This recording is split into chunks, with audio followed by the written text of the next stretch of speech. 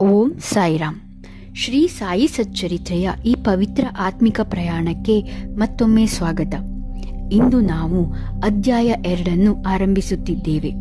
ಇದು ಗುರುಭಕ್ತಿ, ಆತ್ಮಿಕ ಜ್ಞಾನ ಮತ್ತು ಸಾಯಿಬಾಬಾರ ದಿವ್ಯ ಮಾರ್ಗದರ್ಶನದಿಂದ ತುಂಬಿರುವ ಅದ್ಭುತ ಅಧ್ಯಾಯ. ಹಿಂದಿನ ಅಧ್ಯಾಯದಲ್ಲಿ ನಾವು ಸಾಯಿಬಾಬಾರ ಮಹಿಮೆ ಮತ್ತು ಶ್ರದ್ಧಾ ಸಬೂರಿಯ ಮಹತ್ವವನ್ನು ತಿಳಿದುಕೊಂಡೆವು. ಇದೀಗ ಈ ಅಧ್ಯಾಯದಲ್ಲಿ ಒಬ್ಬ ನಿಜವಾದ ಗುರು ಭಕ್ತರ ಜೀವನವನ್ನು ಹೇಗೆ ಮಾರ್ಗದರ್ಶನ ಮಾಡುತ್ತಾನೆ ಮತ್ತು ಪರಿವರ್ತಿಸುತ್ತಾನೆ ಎಂಬುದನ್ನು ಸಾಯಿಬಾಬಾ ನಿಧಾನವಾಗಿ ತಿಳಿಸುತ್ತಾರೆ. ಈ ಅಧ್ಯಾಯ ನಮಗೆ ಕಲಿಸುವುದು ಜೀವನದಲ್ಲಿ ಗುರು ಏಕೆ ಅಗತ್ಯ, ಸಾಯಿಬಾಬಾ ಭಕ್ತರನ್ನು ಹೇಗೆ ರಕ್ಷಿಸಿದರು, ಭಕ್ತಿ ಮತ್ತು ಶರಣಾಗತಿಯ ಶಕ್ತಿ, ಅಹಂಕಾರವನ್ನು ದೂರ ಮಾಡುವ ಮಹತ್ವ, ದೈವಿಕ ಕೃಪೆ ಹೇಗೆ ಮೌನವಾಗಿ ಕೆಲಸ ಮಾಡುತ್ತದೆ. ಸಾಯಿಬಾಬಾ ಎಂದಿಗೂ ಹಣ, ಸ್ಥಾನಮಾನ ಅಥವಾ ವಿದ್ಯಾಭ್ಯಾಸವನ್ನು ನೋಡಲಿಲ್ಲ. ಅವರು ನೋಡಿದ್ದು ಹೃದಯದ ಶುದ್ಧತೆಯನ್ನು ಮಾತ್ರ. ಕೆಲವೊಮ್ಮೆ ಬಾಬಾ ಮಾತಿನ ಮೂಲಕ ಉಪದೇಶಿಸಿದರು, ಕೆಲವೊಮ್ಮೆ ಮೌನದ ಮೂಲಕ, ಮತ್ತೆ ಕೆಲವೊಮ್ಮೆ ಸಾಮಾನ್ಯ ಘಟನೆಗಳಲ್ಲೇ ಆಳವಾದ ಆತ್ಮಿಕ ಪಾಠವನ್ನು ನೀಡಿದರು. ಅಧ್ಯಾಯ 2 ನಮಗೆ ಒಂದು ಮಹತ್ವದ ಸತ್ಯವನ್ನು ತಿಳಿಸುತ್ತದೆ. ನಾವು ನಂಬಿಕೆಯಿಂದ ದೇವರ ಕಡೆಗೆ ಒಂದು ಹೆಜ್ಜೆ ಇಟ್ಟರೆ, ದೇವರು ಕೃಪೆಯಿಂದ ನಮ್ಮ ಕಡೆ ಅನೇಕ ಹೆಜ್ಜೆಗಳನ್ನು ಇಡುತ್ತಾನೆ. ಈ ಪವಿತ್ರ ಅಧ್ಯಾಯವನ್ನು ಕೇಳುವಾಗ ಮನಸ್ಸನ್ನು ಶಾಂತವಾಗಿಡೋಣ, ಹೃದಯವನ್ನು ಭಕ್ತಿಯಿಂದ ತುಂಬಿಸೋಣ ಮತ್ತು ಸಾಯಿಬಾಬಾರವರನ್ನು ಸ್ಮರಿಸೋಣ. ಇಂದು ಈ ಪಾರಾಯಣವನ್ನು ಕೇಳುತ್ತಿರುವ ಪ್ರತಿಯೊಬ್ಬರಿಗೂ ಸಾಯಿಬಾಬಾ ಆಶೀರ್ವಾದ ಮಾಡಲಿ. ಶಾಂತಿ, ಉತ್ತಮ ಆರೋಗ್ಯ, ಧೈರ್ಯ, ನಂಬಿಕೆ ಮತ್ತು ಆತ್ಮಿಕ ಶಕ್ತಿ ನೀಡಲಿ. ಹಾಗಾದರೆ ಭಕ್ತಿಯಿಂದ ಶ್ರೀ ಸಾಯಿ ಚರಿತ್ರೆಯ ದಿವ್ಯ ಅಧ್ಯಾಯ 2 ಆರಂಭಿಸೋಣ. ಓಂ ಸಾಯಿರಾಮ್. 2ನೇ ಅಧ್ಯಾಯ. ಕೃತಿಯ ಧ್ಯೇಯ, ಕಾರ್ಯಕ್ಕೆ ತಕ್ಕ ಧೈರ್ಯ. ಹೇಮಾಡ ಪಂಥ ಎಂಬ ಬಿರುದು ಬಂದ ಬಗೆ, ಗುರುವಿನ ಅವಶ್ಯಕತೆ. ಮೂಲ ಮರಾಠಿ ಕೃತಿಯಲ್ಲಿ ಹಿಂದಿನ ಅಧ್ಯಾಯದಲ್ಲಿ ಲೇಖಕರು ಈ ಕಾರ್ಯವನ್ನು ಕೈಗೊಂಡ ಬಗೆ ಮತ್ತು ಯಾರು ಈ ಕೃತಿಯನ್ನು ಓದಲು ಅರ್ಹರು ಎಂಬುದನ್ನು ತಿಳಿಸುವುದಾಗಿ ಹೇಳಿ ಈಗ ಈ ಅಧ್ಯಾಯದಲ್ಲಿ ಅದನ್ನು ನಿರೂಪಿಸಿರುತ್ತಾರೆ. ಈ ಕೃತಿಯ ಧ್ಯೇಯ. ಈ ಹಿಂದಿನ ಅಧ್ಯಾಯದಲ್ಲಿಯೇ ನಾನು ಶ್ರೀ ಸಾಯಿಬಾಬಾ ಕಾಲರು ಅಂಟು ಜಾಡ್ಯವು ಹರಡುವುದನ್ನು ತಡೆಗಟ್ಟಿದ ಅದ್ಭುತ ಪವಾಡವನ್ನು ವಿವರಿಸಿದ್ದೇನೆ. ಇದಾದ ನಂತರ ಅನೇಕ ಅದ್ಭುತ ಪವಾಡಗಳನ್ನು ಕೇಳಿದೆ. ಅದರಿಂದ ಉಂಟಾದ ಸಂತೋಷದಿಂದ ಈ ಕೃತಿ ಹೊರಹೊಮ್ಮಿದೆ. ಈ ಅದ್ಭುತ ಪವಾಡಗಳ ವಿವರಣೆಯು ಭಕ್ತ ಕೋಟಿಗೆ ಹಿಡಿಸುತ್ತದೆ ಮತ್ತು ಅವುಗಳ ಶ್ರವಣದಿಂದ ಭಕ್ತರ ಪಾಪಗಳೂ ನಾಶವಾಗುತ್ತವೆ ಎಂದು ತಿಳಿದು ಅವರ ಉದಾತ್ತವಾದ ಜೀವನ ಚರಿತ್ರೆ ಮತ್ತು ಉಪದೇಶಗಳನ್ನು ಬರೆಯಲು ತೊಡಗಿದೆ. ಈ ಯೋಗಿಯ ಜೀವನ ಚರಿತ್ರೆ ತರ್ಕವೂ ಅಲ್ಲ, ತರ್ಕಶಾಸ್ತ್ರವೂ ಅಲ್ಲ. ಇದು ನಮಗೆ ನೈಜವಾದ ಆಧ್ಯಾತ್ಮಿಕ ರಾಜಮಾರ್ಗ. ಅಸಮರ್ಥನೆ. ಹೇಮಾಡ ಪಂತರು ಈ ಕಾರ್ಯವನ್ನು ಕೈಗೊಳ್ಳಲು ತಮಗೆ ಯೋಗ್ಯತೆ ಸಾಲದೆಂದು ಭಾವಿಸಿದ್ದರು. ನನಗೆ ಯಾವ ಆತ್ಮ ಸ್ನೇಹಿತನ ಜೀವನ ಚರಿತ್ರೆಯೂ ಗೊತ್ತಿರುವುದಿಲ್ಲ. ನನ್ನ ಜೀವನ ಚರಿತ್ರೆಯೇ ನನಗೆ ತಿಳಿಯದು. ಹೀಗಿರುವಾಗ ಓರ್ವ ಮಹಾಯೋಗಿಯ ಜೀವನ ಚರಿತ್ರೆ ಬರೆಯಲು ಹೇಗೆ ಸಾಧ್ಯ? ಅವರ ಅವತಾರಗಳನ್ನು ವಿವರಿಸಲು ಶಕ್ಯನೇ? ಮಹಾಯೋಗಿಗಳ ಜೀವನ ಚರಿತ್ರೆ ಬರೆಯಬೇಕಾದರೆ ಅವರೂ ಸಹ ಮಹಾಯೋಗಿಗಳ ಹಾಗೆಯೇ ಇರಬೇಕು. ಇಲ್ಲದಿದ್ದರೆ ಅವರ ಅನುಭವಗಳನ್ನು ಹೊರಗಿಡಿಯಲು ಹೇಗೆ ಸಾಧ್ಯವಾದೀತು? ಇದೊಂದು ಕ್ಲಿಷ್ಟ ಸಮಸ್ಯೆ. ಮಹಾಸಾಗರದ ಆಳವನ್ನು ಪತ್ತೆ ಹಚ್ಚಬಹುದು, ಗಗನಕ್ಕೆ ವಸ್ತ್ರವನ್ನು ಹೊದಿಸಬಹುದು, ಆದರೆ ಈ ಕೆಲಸ ಗುರುತರವಾದುದು. ನಂತರ ನಗೆಗೀಡಾದೇನು ಎಂದು ಹೇಳಿ ಸಾಯಿಬಾಬಾರವರ ಆಶೀರ್ವಾದವನ್ನು ಬೇಡಿದೆ ಎಂಬುದಾಗಿ ಕವಿ ಹೇಮಾಡ ಪಂತ ಹೇಳಿರುತ್ತಾರೆ. ಅತ್ಯಂತ ಹೆಸರುವಾಸಿಯಾದ ಮಹಾರಾಷ್ಟ್ರದ ಯೋಗಿಗಳಾದ ಶ್ರೀ ಜ್ಞಾನೇಶ್ವರ ಮಹಾರಾಜರು ಈ ರೀತಿ ಹೇಳಿದ್ದಾರೆ. ಮಹಾಯೋಗಿಗಳು ಭಕ್ತರಿಂದ ತಮ್ಮದೇ ಆದ ವಿಚಿತ್ರ ರೀತಿಯಿಂದ ತಮ್ಮ ಕೆಲಸವನ್ನು ನೆರವೇರಿಸಿಕೊಳ್ಳುತ್ತಾರೆ. ಸಂತರ ಧ್ಯೇಯವನ್ನು ಸಾಧಿಸಲು ಭಕ್ತರು ಬಾಹ್ಯ ಪ್ರತೀಕವಷ್ಟೇ. ಸುಮಾರು 1700 ಶಕರಲ್ಲಿ ಕವಿ ಮಹಾಪತಿಯವರು ಮಹಾಯೋಗಿಗಳ ಅದ್ಭುತ ಜೀವನ ಚರಿತ್ರೆಯನ್ನು ಬರೆಯಲು ಉತ್ಸುಕರಾದರು. ಮಹಾಯೋಗಿಗಳು ಅವರನ್ನು ಪ್ರೇರೇಪಿಸಿ ಆ ಕಾರ್ಯವನ್ನು ಕೈಗೂಡಿಸಿಕೊಂಡರು. ಇದೇ ರೀತಿ 1800 ಶಕರಲ್ಲಿ ದಾಸಗಣೂರ ಸೇವೆಯೂ ಸ್ವೀಕರಿಸಲ್ಪಟ್ಟಿತು. ಕವಿ ಮಹಾಪತಿಯವರು 4 ಕೃತಿಗಳನ್ನು ಹೊರಗಿಡಿದರು: ಭಕ್ತ ವಿಜಯ, ಸಂತ ವಿಜಯ, ಭಕ್ತ ಲೀಲಾಮೃತ, ಸಂತ ಲೀಲಾಮೃತ. ಶ್ರೀ ದಾಸಗಣು ಅವರ ಭಕ್ತ ಲೀಲಾಮೃತ ಮತ್ತು ಸಂತ ಲೀಲಾಮೃತ ಎಂಬ ಮಹೋನ್ನತ ಕೃತಿಗಳನ್ನು ಜನಸಮೂಹಕ್ಕೆ ದಯಪಾಲಿಸಿದರು. ಇವುಗಳಲ್ಲಿ ಅನೇಕ ನವ್ಯ ಯೋಗಿಗಳ ಜೀವನ ಚರಿತ್ರೆಯೂ ಉಲ್ಲೇಖಿಸಲ್ಪಟ್ಟಿದೆ. ಭಕ್ತ ಲೀಲಾಮೃತ ಇವುಗಳಲ್ಲಿ ಅನೇಕ ನವ್ಯ ಯೋಗಿಗಳ ಜೀವನ ಚರಿತ್ರೆಯೂ ಉಲ್ಲೇಖಿಸಲ್ಪಟ್ಟಿದೆ. ಭಕ್ತಲೀಲಾಮೃತ 31, 32 ಮತ್ತು 33 ಅಧ್ಯಾಯಗಳಲ್ಲಿಯೂ ಮತ್ತು ಸಂತ ಲೀಲಾಮೃತದ 57ನೇ ಅಧ್ಯಾಯದಲ್ಲಿಯೂ ಶ್ರೀ ಸಾಯಿಬಾಬಾ ಅವರ ಜೀವನ ಚರಿತ್ರೆಯನ್ನು ಕಾಣಬಹುದು. ಇವು ಸಾಯಿ ಲೀಲಾ ಮಾಸಿಕದ 11, 12 ಮತ್ತು 17ನೇ ಸಂಚಿಕೆಯಲ್ಲಿ ಪ್ರಕಟವಾಗಿದೆ. ಇದೇ ರೀತಿ ಶ್ರೀ ಸಾಯಿಬಾಬಾ ಅವರ ಅದ್ಭುತ ಲೀಲೆಗಳಲ್ಲಿ ಶ್ರೀಮತಿ ಸಾವಿತ್ರಿಬಾಯಿ ರಘುನಾಥ್ ತೆಂಡೂಲ್ಕರ್ ಅವರ ಚಿಕ್ಕದಾದ ಅಚ್ಚುಕಟ್ಟಾದ ಶ್ರೀ ಸಾಯಿನಾಥ್ ಭಜನಾಮಾಲಾ ಎಂಬ ಪುಸ್ತಕದಲ್ಲಿ ಬಹಳ ಚೆನ್ನಾಗಿ ವಿವರಿಸಿದ್ದಾರೆ. ದಕ್ಷಿಣ ಭಿಕ್ಷಾ ಸಂಸ್ಥೆ ಶಿರಡಿಯ ಪ್ರಕಟಣೆಯಾದ ಶ್ರೀ ಸಾಯಿ ಪ್ರಭಾ ಎಂಬ ಪುಸ್ತಕದಲ್ಲಿ ಸಾಯಿಬಾಬಾ ಭಕ್ತರಾದ ಅಮಿದಾಸ ಭವಾನಿ ಮೆಹ್ತಾ ಅವರು ಸಾಯಿಬಾಬಾ ಅವರ ಕೆಲವು ಕಥೆಗಳನ್ನು ಗುಜರಾತಿಯಲ್ಲಿ ಬರೆದಿರುತ್ತಾರೆ. ಇಷ್ಟೊಂದು ಕೃತಿಗಳಿದ್ದಾಗ ಈ ಸಚ್ಚರಿತೆಯ ಅವಶ್ಯಕತೆ ಏನು ಎಂಬ ಪ್ರಶ್ನೆ ಬರುವುದು ಸಹಜ. ಇದಕ್ಕೆ ಉತ್ತರ ಬಹು ಸುಲಭ. ಶ್ರೀ ಸಾಯಿಬಾಬಾ ಅವರ ಜೀವನವು ಮಹಾಸಾಗರದಷ್ಟು ವಿಶಾಲವೂ ಮತ್ತು ಆಳವೂ ಆಗಿದೆ. ಯಾರು ಬೇಕಾದರೂ ಈ ಮಹಾಸಾಗರದಲ್ಲಿ ಮುಳುಗಿ ಜ್ಞಾನ ಮತ್ತು ಭಕ್ತಿ ಎಂಬ ಅನರ್ಘ್ಯ ರತ್ನಗಳನ್ನು ತೆಗೆದುಕೊಂಡು ಭಕ್ತ ಕೋಟಿಗೆ ಹಂಚಬಹುದು. ಇವರ ಕಥೆಗಳು, ಉಪದೇಶಗಳು ಮತ್ತು ನೀತಿ ಪಾಠಗಳು ಬಹಳ ಅದ್ಭುತವಾಗಿವೆ.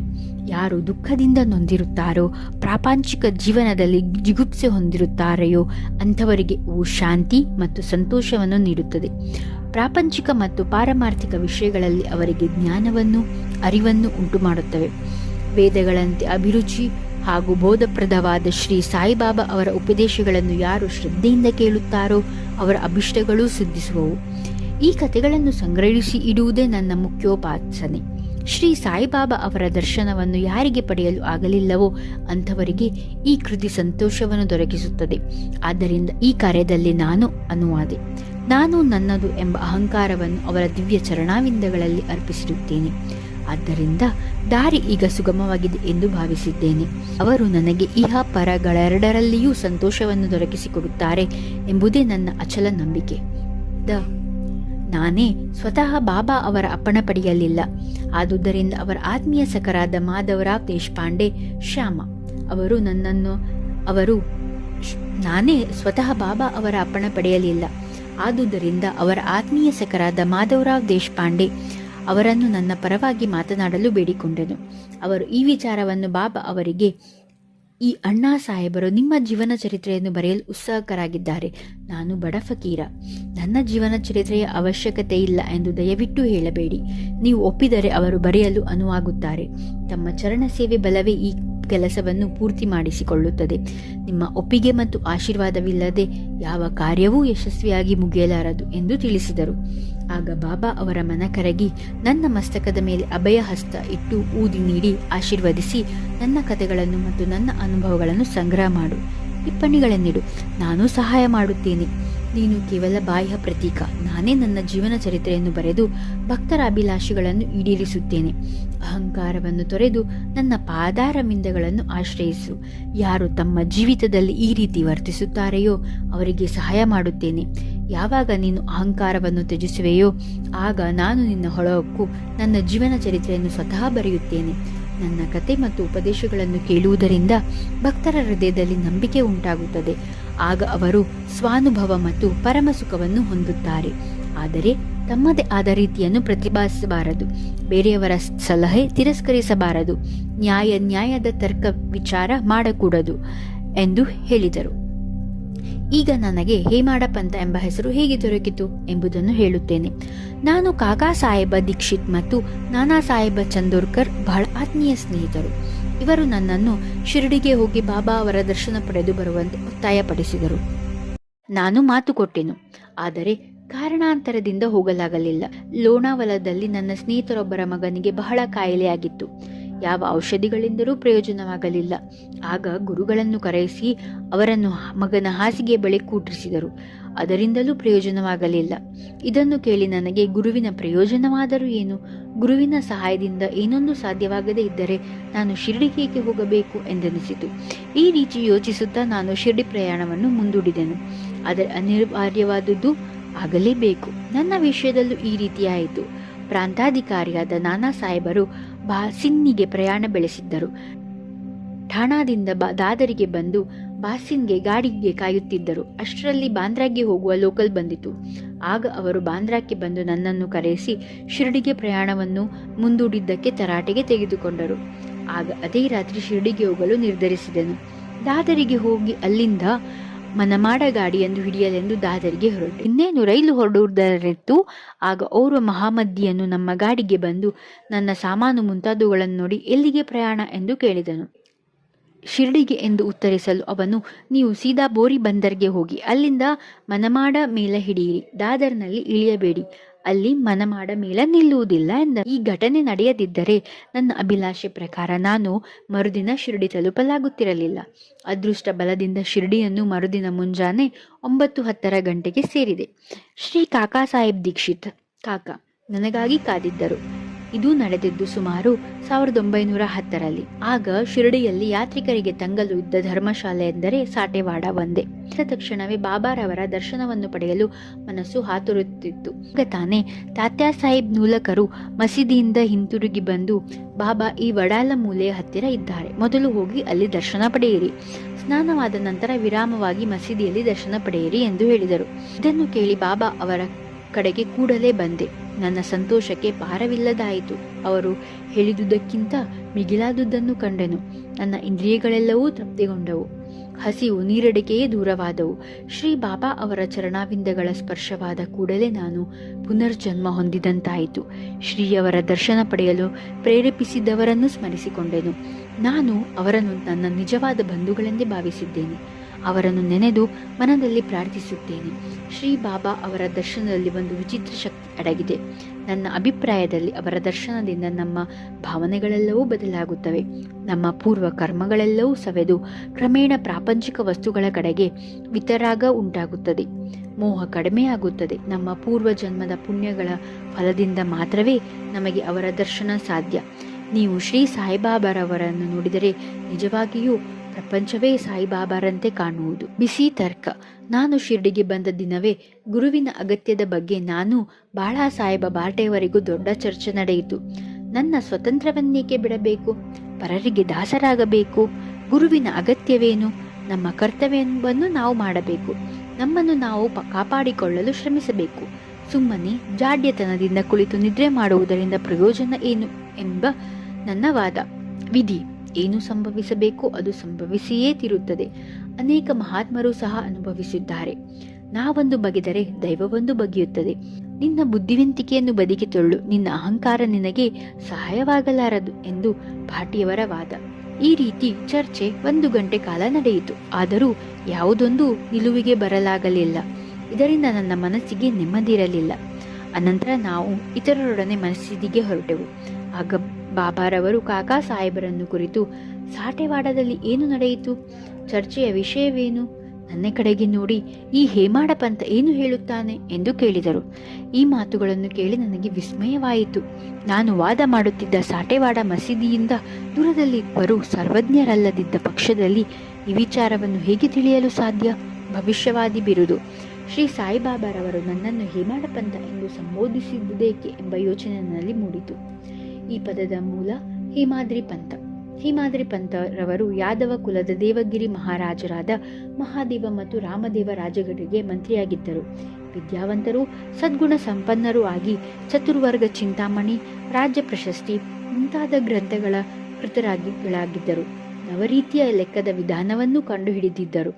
ಮುಡಿ ಲಿಪಿಯನ್ನು ಸೃಷ್ಟಿಸಿದರು. ನಾನಾದರೋ ಇದಕ್ಕೆಲ್ಲ ತದ್ವಿರುದ್ಧ, ಸಾಮಾನ್ಯ ಮಾನವ. ಆದುದರಿಂದ ನನಗೇಕೆ ಈ ಬಿರುದನ್ನು ದಯಪಾಲಿಸಿದರು ಎಂದೆನಿಸಿತು. ಅರ್ಥವಾಗಲಿಲ್ಲ. ಕುಲಂಕುಷವಾಗಿ ವಿಚಾರ ಮಾಡತೊಡಗಿದೆ. ಆಗ ನನಗೆ ಈ ಬಿರುದು ಕೊಟ್ಟಿರುವುದು ನನ್ನ ಅಹಂಕಾರ ನಿರ್ಮೂಲನಕ್ಕಾಗಿ ಎಂದು ಮನಗಂಡೆನು ಮತ್ತು ಚರ್ಚೆಯಲ್ಲಿದ್ದುದು ನನ್ನ ಬುದ್ಧಿವಂತಿಕೆಗೆ ಕೊಟ್ಟ ಸನ್ಮಾನ ಎಂದು ತಿಳಿದುಕೊಂಡೆನು. ಮುಂದಿನ ಕಥೆಯನ್ನು ಪರೀಕ್ಷಿಸಿದರೆ ಬಾಬಾರವರು ಹೇಮಾಡ ಪಂಥ ಎಂದು ಕರೆದುದು ನಿಜವಾಗಿಯೂ ಮಹತ್ವವಾದದ್ದು ಮತ್ತು ಭವಿಷ್ಯವಾದಿಯಾದದ್ದು ಎಂದು ಕಂಡುಬರುತ್ತದೆ. ಏಕೆಂದರೆ ಅವರು ತಮ್ಮ ಮುಪ್ಪಿನಲ್ಲಿ ಶ್ರೀ ಸಾಯಿ ಸಂಸ್ಥಾನದಲ್ಲಿ ಮೇಲ್ವಿಚಾರಣೆಯನ್ನು ನೋಡಿಕೊಳ್ಳುತ್ತಿದ್ದರು. ಲೆಕ್ಕಪತ್ರಗಳು ಸಹ ಅವರೇ ನೋಡಿಕೊಳ್ಳುತ್ತಿದ್ದರು. ಆಧ್ಯಾತ್ಮಿಕ ವಿಷಯಗಳಾದ ಜ್ಞಾನ, ಭಕ್ತಿ, ವಿತರಾಗ, ಸ್ವಸಮರ್ಪಣೆ, ಆತ್ಮಜ್ಞಾನ ಮುಂತಾದವುಗಳನ್ನು ನಿರೂಪಿಸಿರುವ ಶ್ರೀ ಸಾಯಿ ಸಚ್ಚರಿತ್ರೆಯ ಲೇಖಕರೆಂದೇ ಪ್ರಸಿದ್ಧಿ ಪಡೆದರು. ಗುರುವಿನ ಅವಶ್ಯಕತೆ. ಹೇಮಾಡ ಪಂಥರು ಈ ವಿಚಾರವಾಗಿ ಯಾವುದೊಂದು ಟಿಪ್ಪಣಿಯನ್ನು ಸಹ ಇಟ್ಟಿರುವುದಿಲ್ಲ. ಆದರೆ ಕಾಕಾ ಸಾಹೇಬರು ಈ ವಿಷಯದ ಬಗ್ಗೆ ಈ ರೀತಿ ಹೇಳುತ್ತಾರೆ. ಹೇಮಾಡ ಪಂತರು ಸಂಧಿಸಿದ ಮಾರನೇ ದಿನವೇ ಶ್ರೀ ಕಾಕಾ ಸಾಹೇಬ್ ದೀಕ್ಷಿತ್ರವರು ಶ್ರೀ ಸಾಯಿಬಾಬಾರವರಲ್ಲಿಗೆ ಹೋಗಿ, ನಾನು ಈಗ ಶಿರಡಿ ಬಿಡಬಹುದಲ್ಲವೇ ಎಂದು ಕೇಳಿದರು. ಆಗ ಅಲ್ಲಿದ್ದ ಕೆಲವರು ಎಲ್ಲಿಗೆ ಎಂದು ಕೇಳಲು ಬಾಬಾರವರು ಮೇಲಕ್ಕೆ ಎಂದರು. ಆಗ ಅಲ್ಲಿಯೇ ಇದ್ದ ಓರ್ವನು ದಾರಿ ಹೇಗಿದೆ ಎಂದು ಪ್ರಶ್ನಿಸಿದನು. ಬಾಬಾರವರು ಅಲ್ಲಿಗೆ ಹೋಗಲು ಅನೇಕ ದಾರಿಗಳಿವೆ, ಇಲ್ಲಿಂದಲೂ ದಾರಿ ಇದೆ, ಬಹಳ ದಾರಿ ಕಠಿಣವಾಗಿದೆ, ದಾರಿಯಲ್ಲಿ ಹುಲಿ ಮತ್ತು ತೋಳೆಗಳಿವೆ ಎಂದರು. ಬಾಬಾ, ನಮ್ಮೊಂದಿಗೆ ಮಾರ್ಗದರ್ಶಕನನ್ನು ಕರೆದುಕೊಂಡು ಹೋದರುಳಿತಲ್ಲವೇ ಎಂದು ಕೇಳಲು ಬಾಬಾರವರು, ಆಗ ಕಷ್ಟವಿಲ್ಲ, ಮಾರ್ಗದರ್ಶಕನು ಸುರಕ್ಷಿತವಾಗಿ ಉದ್ದೇಶಿತ ಸ್ಥಳಕ್ಕೆ ಕೊಂಡೊಯ್ಯುವನು. ಮಾರ್ಗದರ್ಶಕನಿಲ್ಲದಿದ್ದ ಪಕ್ಷದಲ್ಲಿ ದಾರಿಯಲ್ಲಿ ತೊಂದರೆಗೀಡಾಗುವ ಸಂಭವ ಇದೆ ಎಂದು ಉತ್ತರಿಸಿದನು. ಈ ಉತ್ತರ ಅಲ್ಲಿಯೇ ಇದ್ದ ದಾಬೋಲ್ಕರ್ ರವರ ಗುರುವಿನ ಅಗತ್ಯವಿದೆಯೇ ಎಂಬ ಪ್ರಶ್ನೆಗೆ ಉತ್ತರವಾಗಿದ್ದುದು. ಅವರು ಯೋಚಿಸತೊಡಗಿದರು. ನೈಜವಾದ ಪಾರಮಾರ್ಥಿಕ ಜ್ಞಾನ ಸಂಪಾದನೆಗೆ ಗುರುವಿನ ಅವಶ್ಯಕತೆ ಇದೆ ಎಂದು ತಿಳಿದುಕೊಂಡರು. ಉದಾಹರಣೆ, ಅವತಾರ ರೂಪಿಗಳಾದ ಶ್ರೀಕೃಷ್ಣ, ಶ್ರೀರಾಮ ಇವರು ತಮ್ಮ ಸ್ವಾನುಭವಕ್ಕೋಸ್ಕರ ತಮ್ಮ ಗುರುಗಳಾದ ಸಾಂದೀಪನಿ ಮತ್ತು ವಶಿಷ್ಠರಿಗೆ ಶರಣಾಗತರಾಗಲಿಲ್ಲವೇ? ಸಾಯಿ ಪ್ರಣಾಮ. ಇಂದು ಶ್ರೀ ಸಾಯಿ ಸಚ್ಚರಿತೆಯ ಅಧ್ಯಾಯದ 2ರಲ್ಲಿ ಗುರುವಿನ ಮಹತ್ವ, ಭಕ್ತಿ, ಶರಣಾಗತಿ ಮತ್ತು ಸಾಯಿಬಾಬಾರವರ ದಿವ್ಯ ಕೃಪೆಯ ಬಗ್ಗೆ ತಿಳಿದುಕೊಂಡೆವು. ಸಾಯಿಬಾಬಾ ನಮಗೆ ಕಲಿಸುವುದು ನಂಬಿಕೆ ಮತ್ತು ಸಹನೆಯೊಂದಿಗೆ ದೇವರನ್ನು ಸ್ಮರಿಸಿದರೆ ದೈವಿಕ ಕೃಪೆ ಸದಾ ನಮ್ಮ ಜೊತೆ ಇರುತ್ತದೆ. ನಮ್ಮ ಮನಸ್ಸಿನ ಅಹಂಕಾರ, ಭಯ ಮತ್ತು ನಕಾರಾತ್ಮಕತೆಯನ್ನು ದೂರ ಮಾಡಿ ಶಾಂತಿ, ಭಕ್ತಿ ಮತ್ತು ಸತ್ಪಥದಲ್ಲಿ ನಡೆಯುವ ಶಕ್ತಿಯನ್ನು ಸಾಯಿಬಾಬಾ ಎಲ್ಲರಿಗೂ ನೀಡಲಿ. ಈ ಪವಿತ್ರ ಪಾರಾಯಣವನ್ನು ನಿಮ್ಮ ಕುಟುಂಬ ಮತ್ತು ಸ್ನೇಹಿತರೊಂದಿಗೆ ಹಂಚಿಕೊಳ್ಳಿರಿ. ಮುಂದಿನ ಭಾಗದಲ್ಲಿ ಮತ್ತೆ ಭೇಟಿಯಾಗೋಣ. ಓಂ ಸಾಯಿರಾಮ್.